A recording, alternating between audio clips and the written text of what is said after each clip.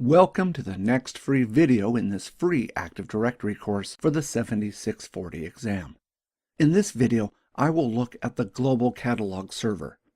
As you know from the previous videos, each domain in an Active Directory forest has its own copy of the Active Directory database. This is stored in the ntds.dit file, and changes are replicated to each domain controller in the domain. This works quite well when you want to access resources that are only in the one domain. But what happens when you attempt to access a resource in a different part of the forest? If the resource you are trying to access is in the same forest, Windows will automatically use your username and password to access the remote resource. Assuming that you have permission to the resource, you will be given access. The problem occurs when you want to access a resource in the forest and you don't know where it is. A domain only knows about resources that are in the domain itself. The domain does not have information about resources that exist outside that domain. To allow users to find resources in the forest, Windows allows a domain controller to function as a global catalog server. A global catalog server acts as an index for the forest. Just like an index in the library, a global catalog server helps users find information. Any domain controller can be made a global catalog server. It is just a matter of ticking a tick box. Objects in Active Directory have a number of attributes that are assigned to them. The global catalog contains information about the objects in the Active Directory forest. This is not a full record of each object, but rather a subset of each object's data.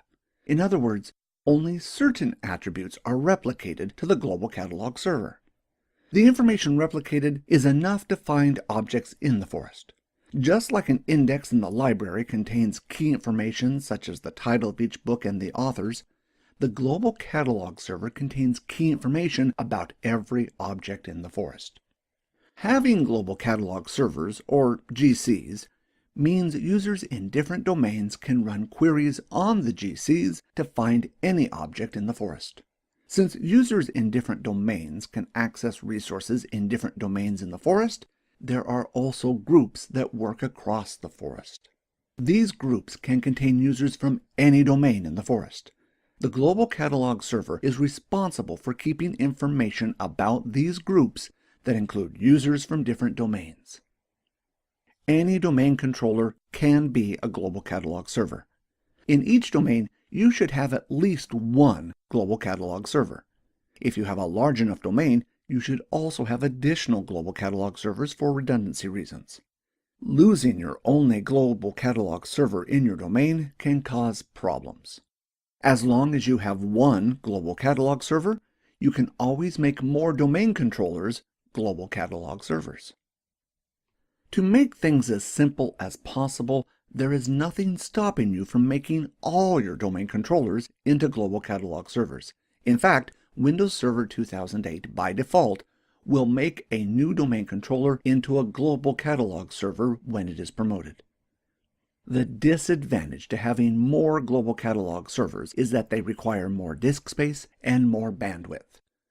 Nowadays, with disk space and network bandwidth becoming a lot cheaper and more available, making all domain controllers into global catalog servers is not such a big concern as it once was.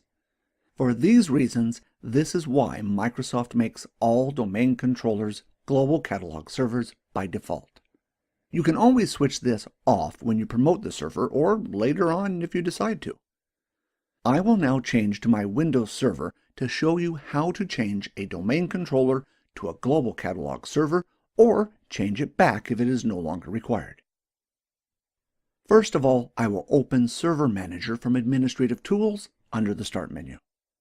From here, expand down through the roles to Active Directory Domain Services. This contains some of the admin tools for Active Directory. The tool I'm interested in is Active Directory User and Computers. You could also run this tool by itself from the Start menu. If I now expand down to Domain Controllers, this will show all the domain controllers in this domain. To change a domain controller into or remove the global catalog component, open the Properties for its computer account. From the Properties tab, select the button NTDS Settings. In the NTDS Settings, you have a tick box, Global Catalog. To remove the Global Catalog, simply untick the tick box. To make the domain controller into a Global Catalog server, simply tick the tick box. Once you tick or untick the tick box, Windows will do the rest. Making a domain controller into a Global Catalog server or removing the Global Catalog, as you can see, is a simple task. The harder question arises, which domain controllers should be made into Global Catalog servers? If you have the bandwidth and hard disk space, you can simply make all domain controllers into Global Catalog servers. This is the easiest solution. One question you may also want to ask yourself is, where do these domain controllers need to be placed? Domain controllers authenticate users, but they don't have to be near the users. For example, if you had a small office of only a few users, it would not be worth the money to deploy a domain controller to that location. If the link between the small office and the head office was unreliable, you may deploy a domain controller at the location to ensure users can always log on to the network. The next decision is, would you want to make that domain controller a Global Catalog server as well? Let's have a look at some of the reasons why you would deploy Global Catalog servers in certain locations. Global Catalogs are used when a user first logs on. You would think a normal domain controller would have all the information to log a user on, but this is not correct. Domain controllers do not contain forest-wide information. The most notably missing piece of information is universal groups. Groups and universal groups are covered in more detail later in the course, so I will only go into a little detail about them in this video. Universal groups are groups that include users from different domains in the forest. For this reason, a regular domain controller simply does not have this information. Even if you have a single domain and a single forest, you could still put a user in a universal group, and thus you always need a Global Catalog server. To illustrate this better, consider what happens when you first log on to a domain. When you first log on to a domain, Windows creates a security token for you. This token contains everything that you have access to. In order to create this token, well, Windows needs to know everything you have access to. The security token is created when you first log on, and only when you first log on. From a computing perspective, it is time-consuming to generate this token, and this is why it is only done once. This is also why if you change group membership for a user, this change does not take effect until that user logs off and logs back on again. The Global Catalog server is required to determine which universal groups the user is a member of. Windows can cache credentials, so if the Global Catalog server cannot be contacted, the user may be able to still log on using the cached credentials. It is best to always have a Global Catalog available on the network to ensure users don't have any problems logging in. The second reason you need Global Catalog servers is that Global Catalog servers are required when a user logs in using a Universal Principal Name, or UPN. A UPN is simply a username in the form of username at domain name. A UPN is unique across the forest. However, this does not mean the UPN has to be the same as the domain name. For example, you can have a domain called IT Free Training and a domain called High Cost Training. Due to High Cost Training's failure in the marketplace, the employees there were moved to IT Free Training. However, their user accounts stayed in the High Cost Training domain. This was done because the corporate change happened quickly, but it will take time for the IT department to move the users from the High Cost Training domain into the IT Free Training domain. These kind of things can happen often in business. People move from area to area, companies are purchased and sold, and businesses restructured. The IT department needs to be able to respond quickly to the business need changes. The quick changes may mean a user's UPN does not match the domain they are in. Because of this, you need a global catalog server to work out where the person's user account is located in the forest. The next reason you need a global catalog server is that they are used to locate directory information regardless of where the user is in the forest. If you did not have a global catalog server, you would need to know exactly which domain this information is located in, and forest-wide services could not exist.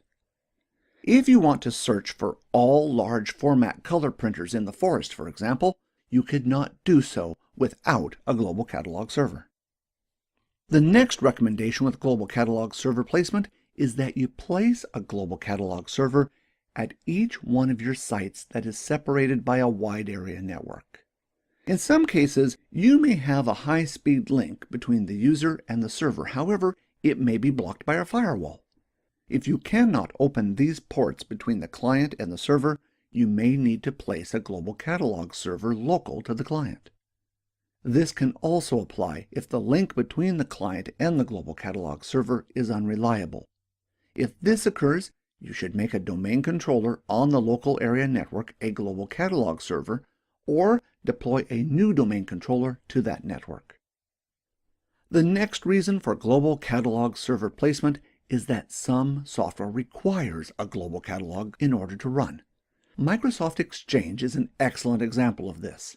If you have software such as Exchange, you need a global catalog server available for it to run. On large networks, you should consider having more than one global catalog servers available on the local network for the user. This gives you redundancy in case one of the servers is not available, but it also spreads the load between the servers. In busy environments, load balancing between global catalog servers will help keep response times low. Now that I've looked at all the reasons that you would want to use a global catalog server, let's look at why you would not want to use global catalog servers.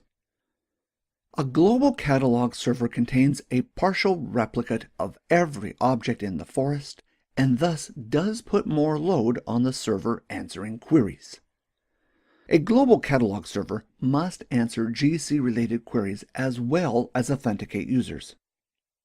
A global catalog server also requires additional network traffic and hard disk space for forest-wide changes. In a small forest with not that many users, this won't be that noticeable. But in a large forest with a high volume of users and thus a high amount of changes, this can make a difference. Having said this, careful planning is important in global catalog placement. If possible, I would personally make all domain controllers global catalog servers, as this is the simplest and easiest configuration to support, assuming the network can support it. In the next video, I will look at Operation Master roles. These are unique roles at the forest and domain level. Like global catalog servers, these Operation Master roles do take some planning to place them correctly. Once again, thanks for watching our always free videos.